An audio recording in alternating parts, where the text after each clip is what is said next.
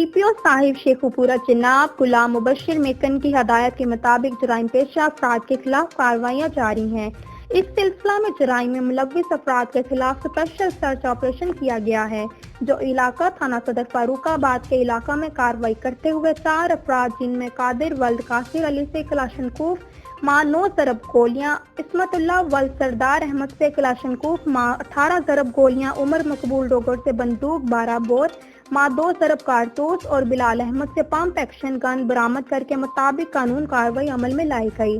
D S P صدر circle جناب عمران عباس کی زیر نگرانی ہونے والے اس اسپیشل سرچ آپریشن میں سرکل کی نفری کے علاوہ ایلیٹ فورس کو بھی شامل کیا گیا۔